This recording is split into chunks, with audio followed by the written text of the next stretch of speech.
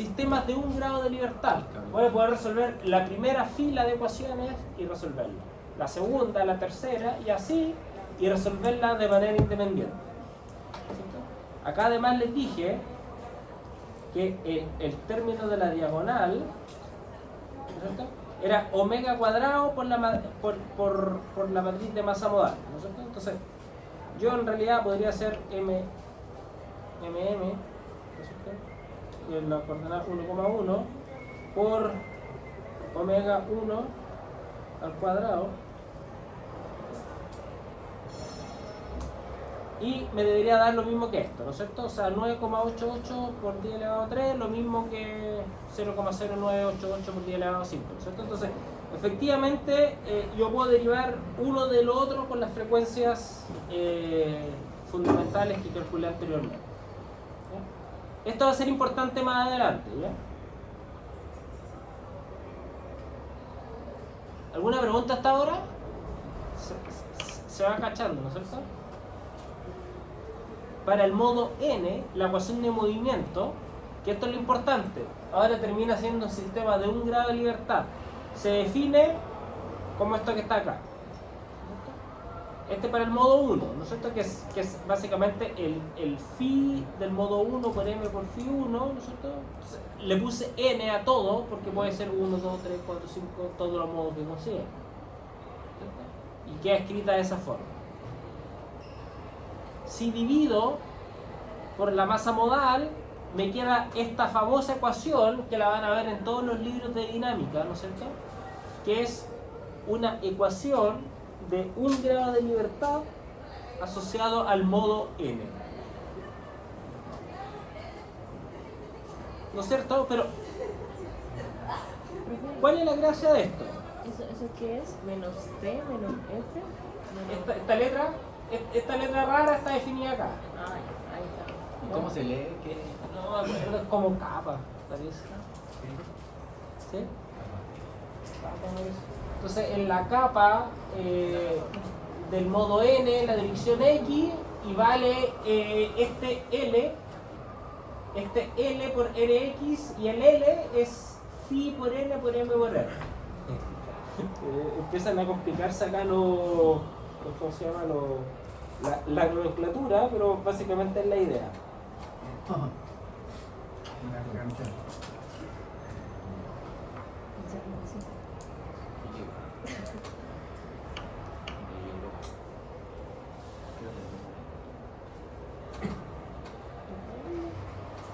Aquí tiene el curso British.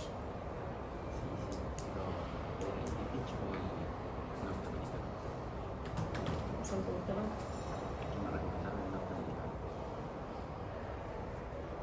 Ya, y a este capa de acá le llaman factor de participación modal.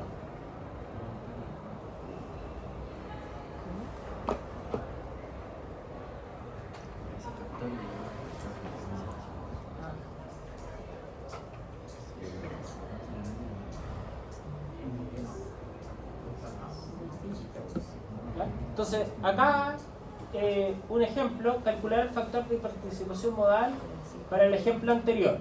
¿No es cierto? Que es phi 1 por m por r dividido en phi 1 traspuesto por m por phi 1. ¿No es cierto? Para el modo 1 me dio 1,73, para el 2 menos 0,2 y para el 3 0,05. Noten que el valor es mucho más grande para el modo 1 y va disminuyendo más o menos de manera exponencial, ¿no es cierto?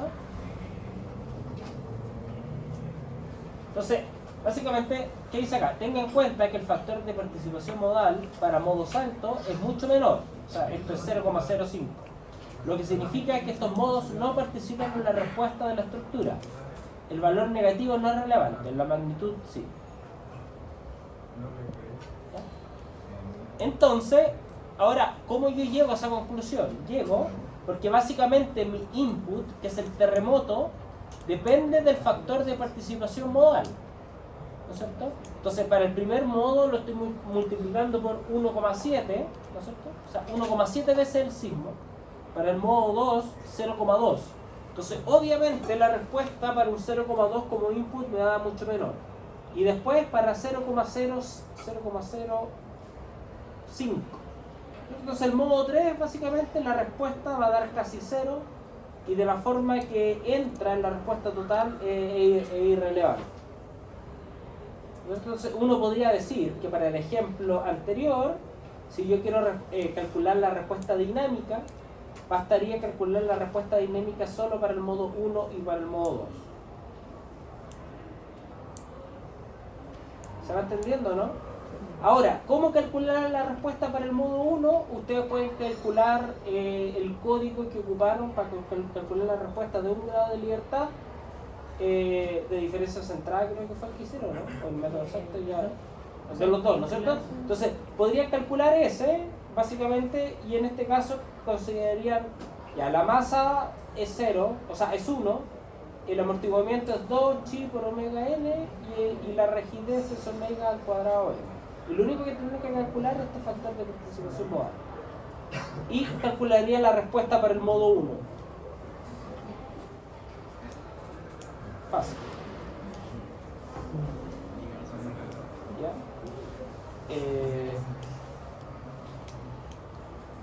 Con respecto al amortiguamiento, ¿ya?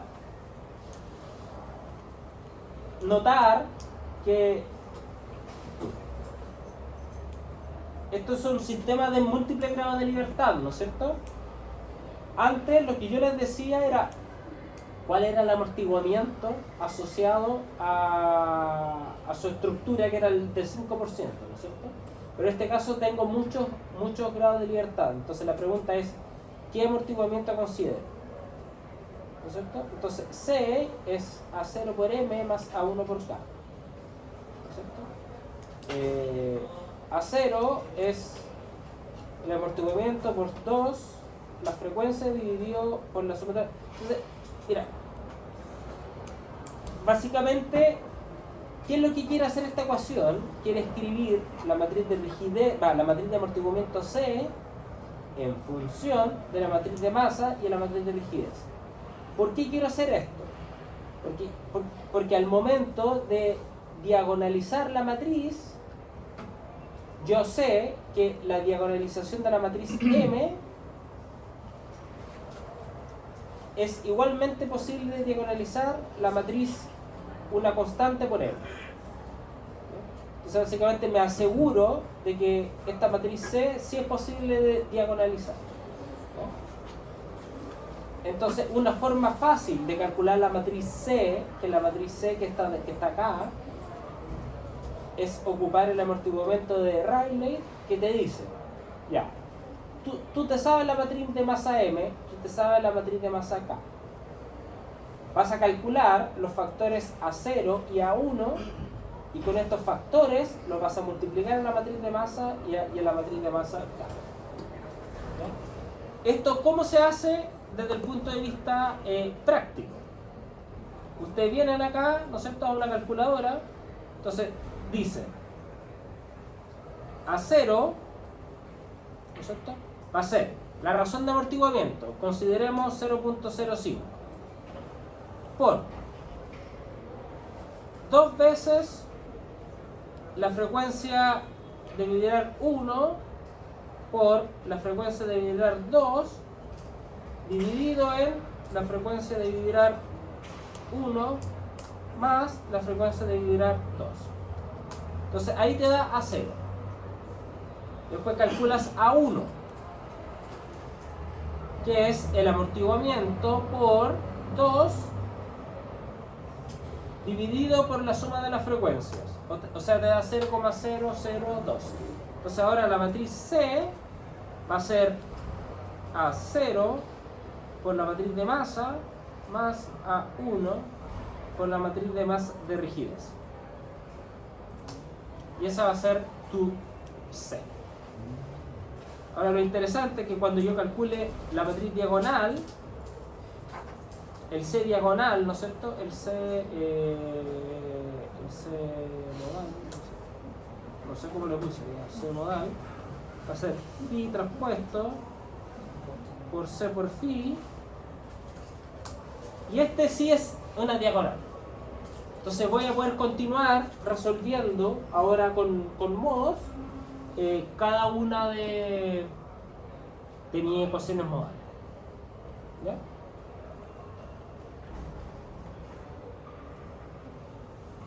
¿Qué otra cosa interesante tiene? Tiene que con la frecuencia, ¿no es cierto?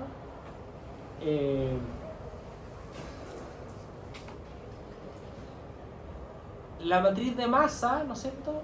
O sea, el amortiguamiento con la matriz de masa no es igual para todas las frecuencias. O sea, empieza muy alto para estructura rígida y después baja exponencialmente. En cambio, la que está relacionada con la rigidez va aumentando el damping según aumenta la frecuencia. Por eso al final uno ocupa como una ecuación así, ¿no es cierto? Que es la sumatoria de las dos, a 0 por m más a 1 por k, y termina siendo esta curva. Otra forma de definir la matriz de amortiguamientos es a través de definir un amortiguamiento particular para cada modo de vibrar, ¿no es cierto? Entonces ahí hay que hacer una sumatoria que es un poquito más complicada, ¿ya? Pero básicamente es la misma idea y tú puedes calcular tu matriz C, que también es diagonalizada.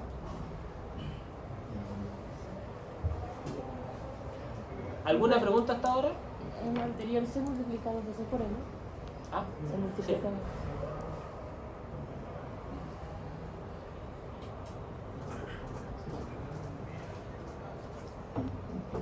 sí. Pero horrible pasa al cuadrado, así.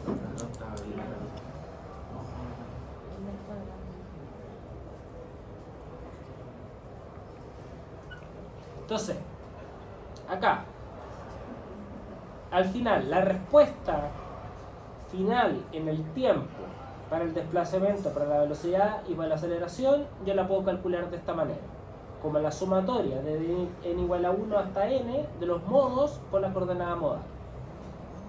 Entonces, como yo les dije, ustedes ya pueden calcular sistemas de 1 grado de libertad, ¿no es cierto?, para cada modo.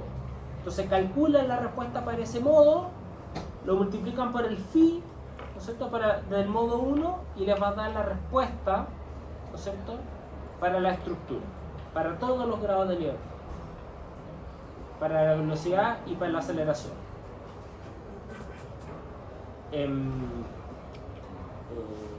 Ahora, ustedes pueden truncar, ¿no es cierto? Pueden decir, suponete en el ejemplo anterior, pueden decir, ¿saben qué? Voy a considerar solo el modo 1 y el modo 2 para mi respuesta. El modo 3 lo voy a ignorar. Porque Es muy chiquitito, entonces su participación en la respuesta dinámica es casi cero. Entonces, consideran el modo 1 y el modo 2, hacen la sumatoria acá y les da la respuesta total. De hecho, en la tarea, no sé si recuerdan, que yo les pedí calculen la respuesta considerando un modo, después calculen la respuesta considerando los 12 modos y grafiquen una al lado de la otra y se van a dar cuenta que da casi lo mismo.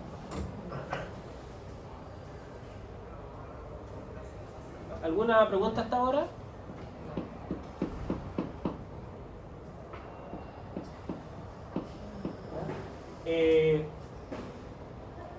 Ya vamos a ir más o menos terminando.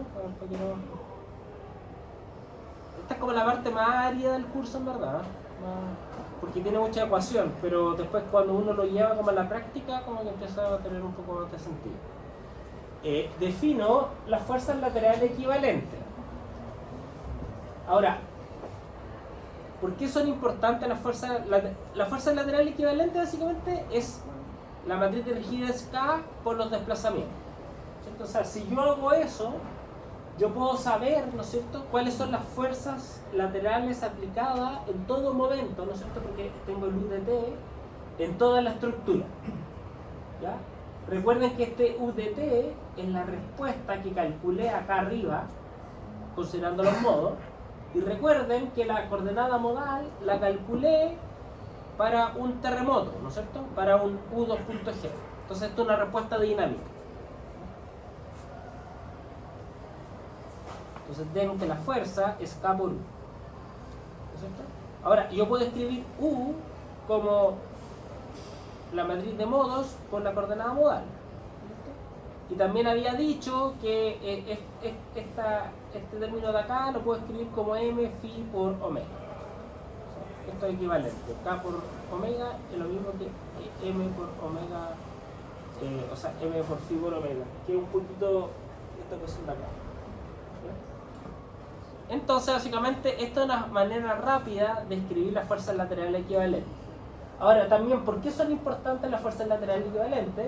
Porque ustedes se van a dar cuenta en la última parte del curso que desde el punto de vista normativo nunca te pide hacer este tipo de análisis a no ser que sean estructuras muy importantes, ¿no es cierto? Análisis en la respuesta dinámica en el tiempo, ¿no es cierto? Lo que te pide hacer simplemente es hacer un análisis estático o análisis modal espectral que voy a enseñar a continuación. Entonces básicamente lo que te dice es cuál es la distribución de fuerzas, pero ya no va a tener un tiempo, ¿no? Porque va a ser solo una, entonces va a ser un análisis estático, ¿no es cierto? Y cómo la calcula la norma, en verdad la calcula de manera oculta ocupando esta ecuación de acá, ¿no? Y el corte basal, no sé si se acuerdan qué es el corte basal. Ustedes tienen la estructura, ¿no es cierto?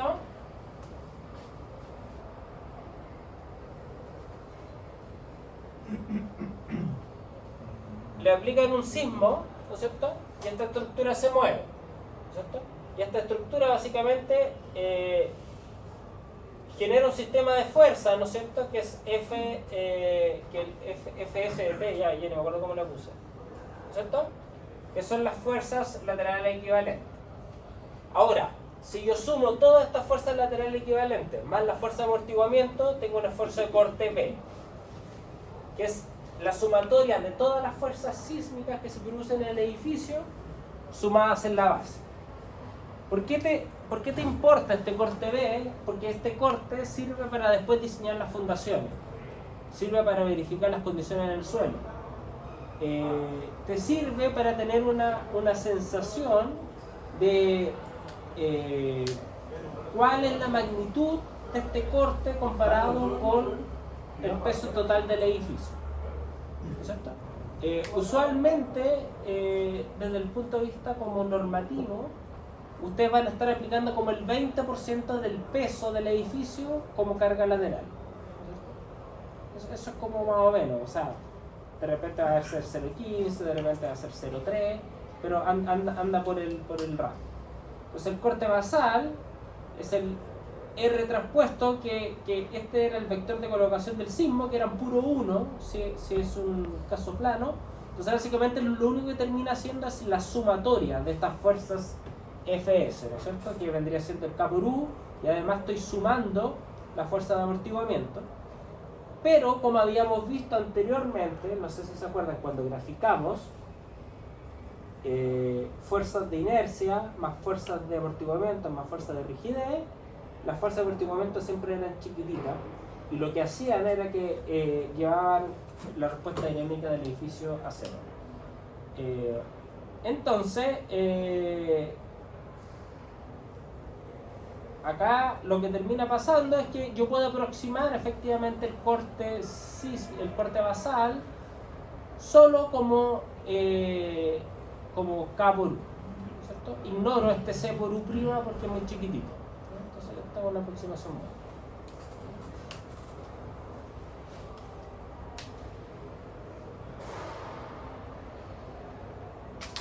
¿Alguna pregunta hasta ahora?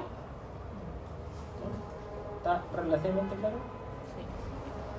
Entonces, ¿qué voy a hacer acá? El corte basal va a terminar siendo la sumatoria, ¿no es cierto?, para todos los modos de este término más o menos grande que está acá.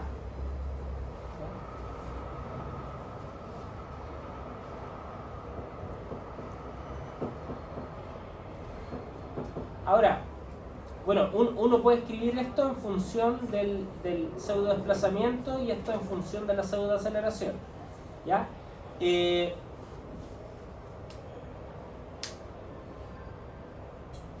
si lo escribo en función de la pseudoaceleración, ¿no es cierto?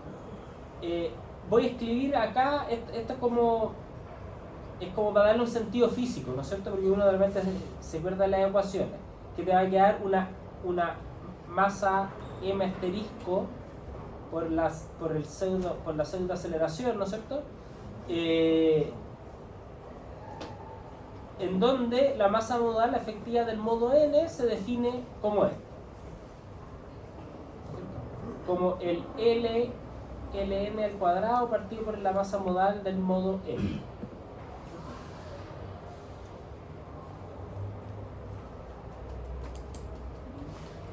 ¿Ya? Y los códigos exigen considerar un número de modos que entregue más del 90% de la masa total del edificio. Entonces, en el ejemplo anterior, de nuevo, calcular la masa modal efectiva del ejemplo 1, ¿ya? Acá, la masa total era 250 más 200 más 200 partido por la gravedad, o sea, eran 66,26. Entonces calculo la masa modal efectiva del modo 1, del modo 2 y del modo 3. Del modo 1 me da 64,737.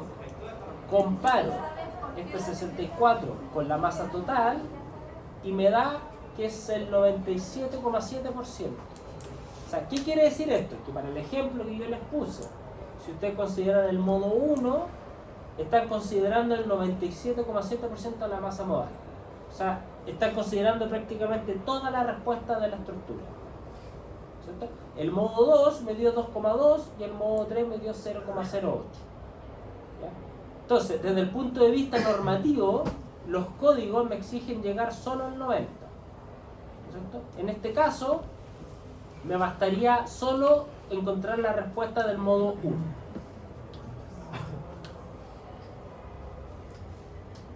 Entonces se puede hacer esto primero para saber hasta... Claro, o sea, de hecho, truncar. eso es lo que uno hace.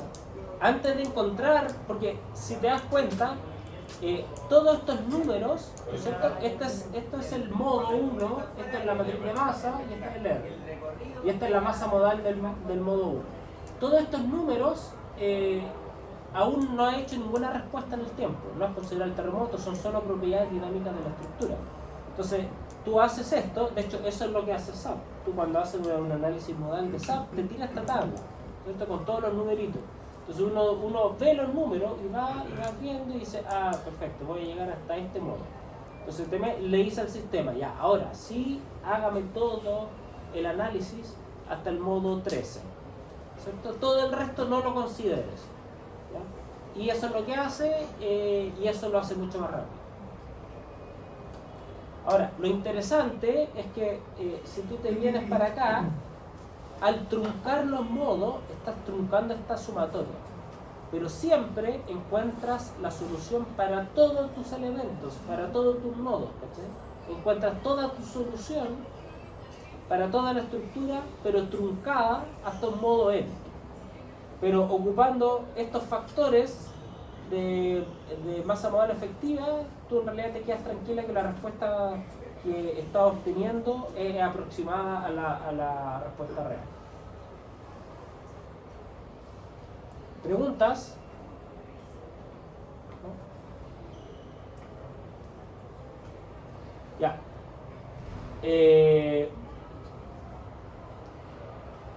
Entonces, hay otro punto también que es bien importante, que acá quizás debería haberlo mencionado al tiro, que estaba el corte basal, ¿no es cierto?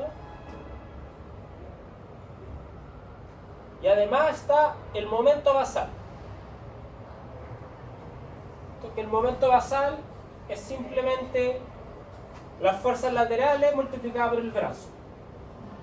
Es un momento volcante, ¿no es cierto? Entonces también te interesa cuando terminas diseñando la fundación, ¿no es cierto? Y terminas verificando el suelo, ¿no es cierto? Entonces te interesa saber qué tan grande es este momento volcante que te quiera dar vuelta al edificio, ¿no es cierto? Entonces el momento basal termina siendo la altura, ¿no es cierto?, por las fuerzas laterales equivalentes. ¿Cierto? De nuevo, si yo reemplazo cuál es el valor de H, cuál es el valor de Fs, ¿no es cierto?, que es lo que estaba anterior, ¿no es cierto?, que es lo que estaba acá, ¿no es cierto? Entonces yo meto todo eso ahí y me queda esta gran sumatoria, ¿ya? En donde puedo calcular la altura modal efectiva según este valor de acá. Entonces acá viene la gran magia del análisis modal. ¿Qué te dice el análisis modal? Tú tenías una estructura muy complicada y al final la terminaste reduciendo a un sistema de 1 grado de libertad, que yo lo conozco súper bien, que es una masa con un palo parado, ¿no es cierto? Que puedo calcular su corte, puedo calcular su momento volcante, puedo calcular su masa y puedo calcular su rigidez. Entonces con este sistema, que sí lo conozco, yo puedo hacer todo lo que quiera, ¿no es cierto? Y puedo calcular la respuesta que quiera.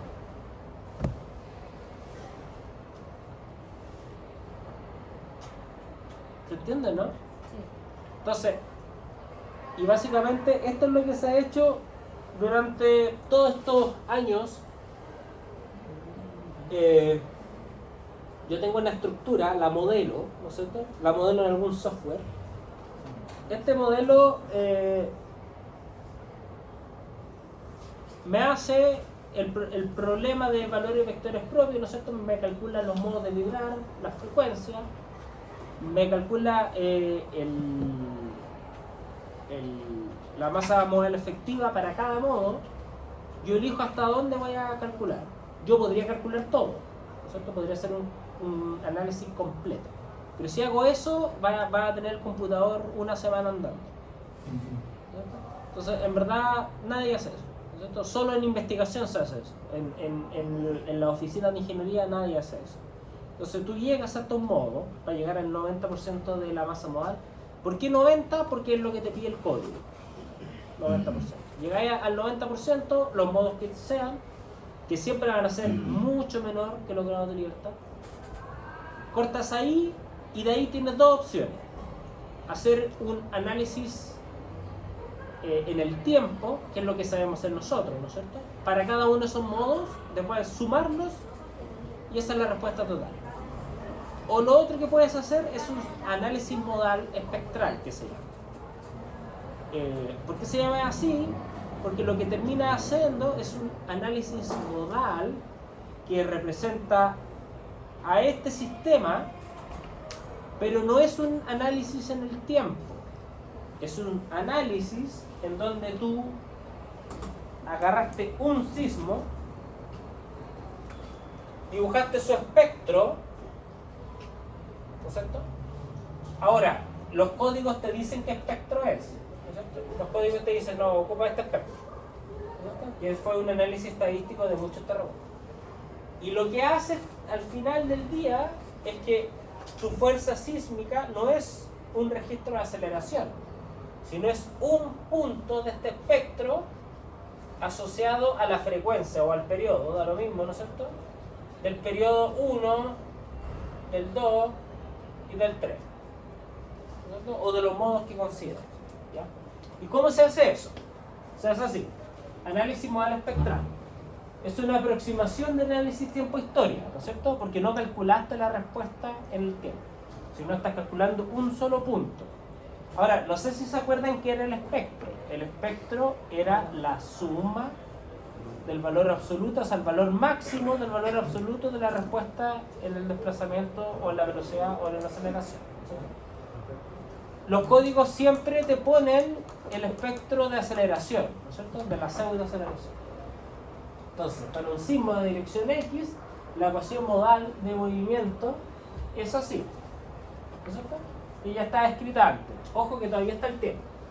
Utilizando el espectro de respuesta o de diseño, con los valores del periodo y del amortiguamiento, yo puedo calcular de manera aproximada el desplazamiento máximo, las fuerzas laterales equivalentes máximas, el esfuerzo de corte máximo y el momento volcante máximo, ¿ya? En donde ahora no va a ser necesario calcular la coordenada modal en el tiempo.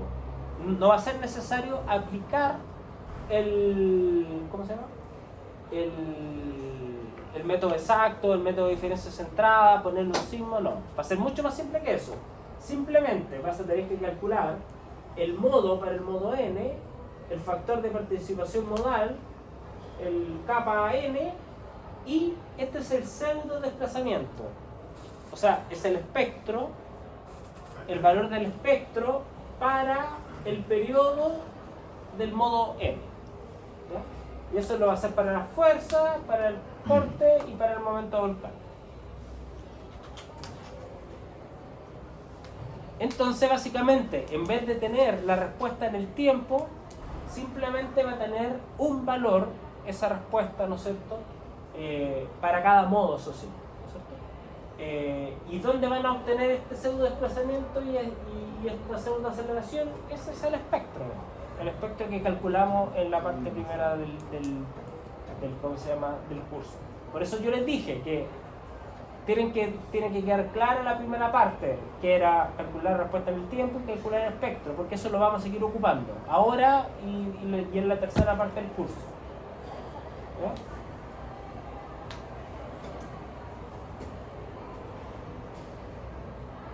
Entonces, utilizando la metodología anterior, es posible obtener la respuesta máxima.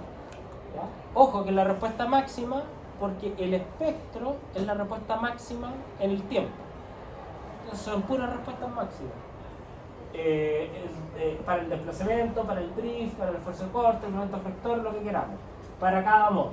Luego será necesario combinar todos los modos a través del método SRSS o CQC. Notar que los esfuerzos estimados no satisfacen el equilibrio. ¿Ya? Esto es una parte importante porque si ustedes hacen análisis modal en SAP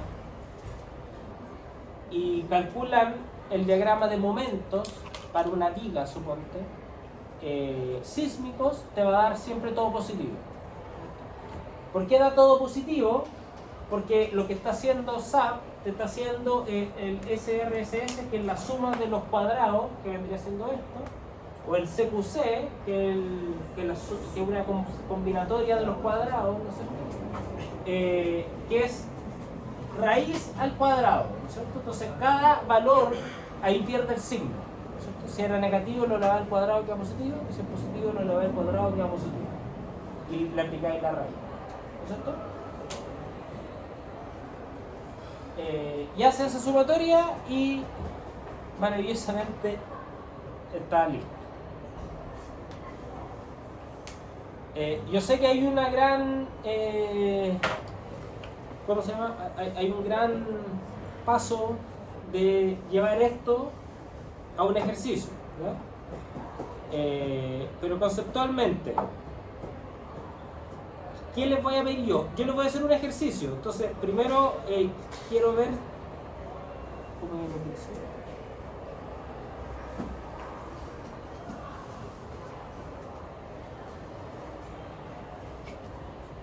¿Y SAP cuándo lo vamos a usar? ¿Ah? SAP, ¿cuándo lo vamos a usar? O sea, está para la tarea 2 y después va a estar para la... O así como ayudantías para aprender a usarlo. Tengo pensado hacerle una más pronto que tarde.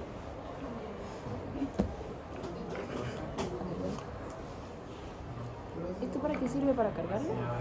¿Qué? ¿El círculo? ¿O es adorno? Sí, traía para cargar, pero yo la compré por AliExpress, la empresa. Entonces, No las carga. malas. Y le saqué Luis Marín. Miren, Ahora. esta es la prueba que hice el año pasado. ¿Ya? Ah, pero no está denunciado. Acá está. Bueno, esta es la estructura. ¿Ya? Es un poquito más complicada. No es más complicada, en verdad. Entonces, ya tienen dos alturas, ¿no es cierto? Tienen columnas y entre las masas les puse un resorte.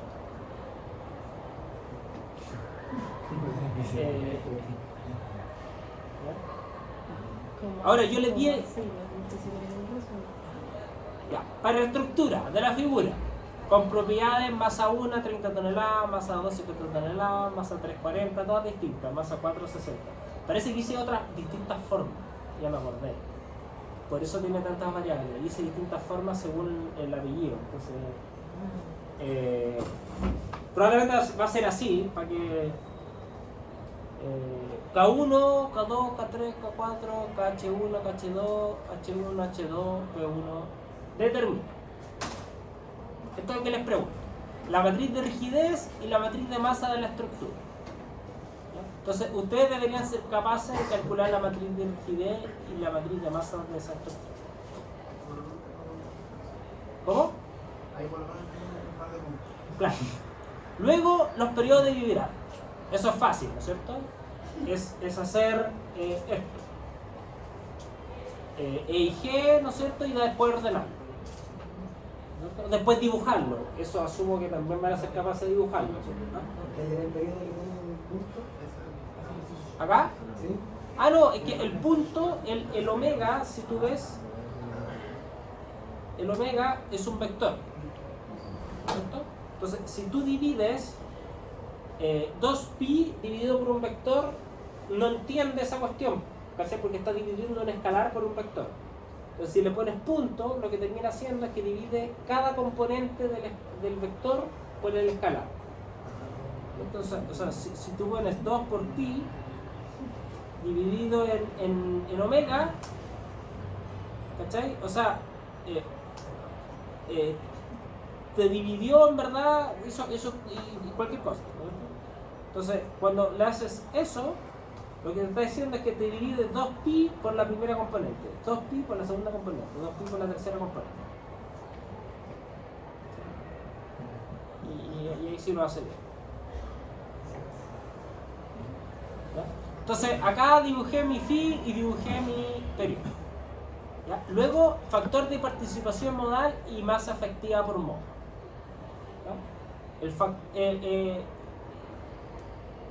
Era gamma, no capa. Bueno, no importa. Calculé eso y calculé el factor de ese de ahí, ¿no es cierto?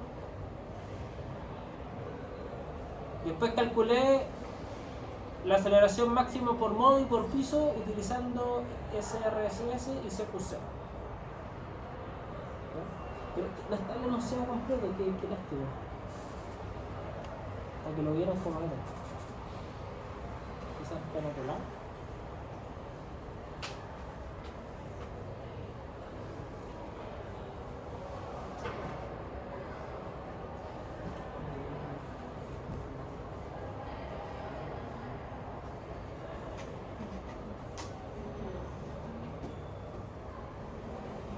Acá está. Este es el espectro que les di. Ya, un espectro bien simple en verdad, pero les podría poner el espectro de la norma o otro espectro, ¿no es cierto? Entonces, acá, aceleración máxima por modo y por piso utilizando SRSS y CQC, desplazamiento por modo y por piso, corte por piso y basal, momento cortante por piso y basal, y un diagrama de la estructura indicando el corte por piso, basal, y momento por piso y momento basal. Entonces, en teoría, ustedes deberían ser capaces de hacer todo esto con estos valores de acá. Pero yo sé que de repente se enredan cómo traspasar la teoría a la práctica, ¿sí? O al MATLAB en este caso. Entonces, tenemos dos opciones. Hagamos una ayudantía mañana.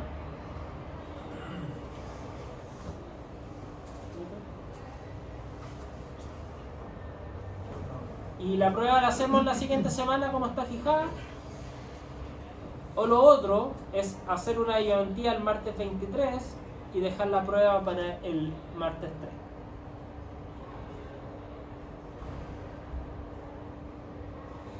En donde la ayudantía va a ser resolver un ejercicio, ¿no es cierto? Aterrizando todas estas ecuaciones, ¿no es cierto? Estas de acá, para que cachen cómo se hacen en verdad. No es difícil, pero yo sé que se pueden enredar escribiéndolo en máquina. ¿Cómo? Que parece, no sé, griego. Bueno, Sí. sí, de hecho son Como otro idioma, ¿no? Sí. Pero cada una de estas letras tiene un significado. Claro, tiene su... O sea, esa es la masa, que es la Sí. M, este es el modo 1, este es la I.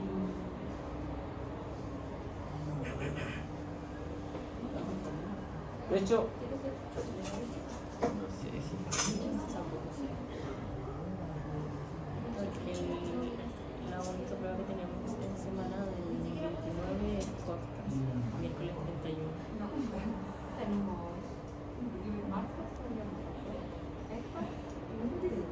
¿Qué? Todavía no han dicho la fecha. ¿Qué?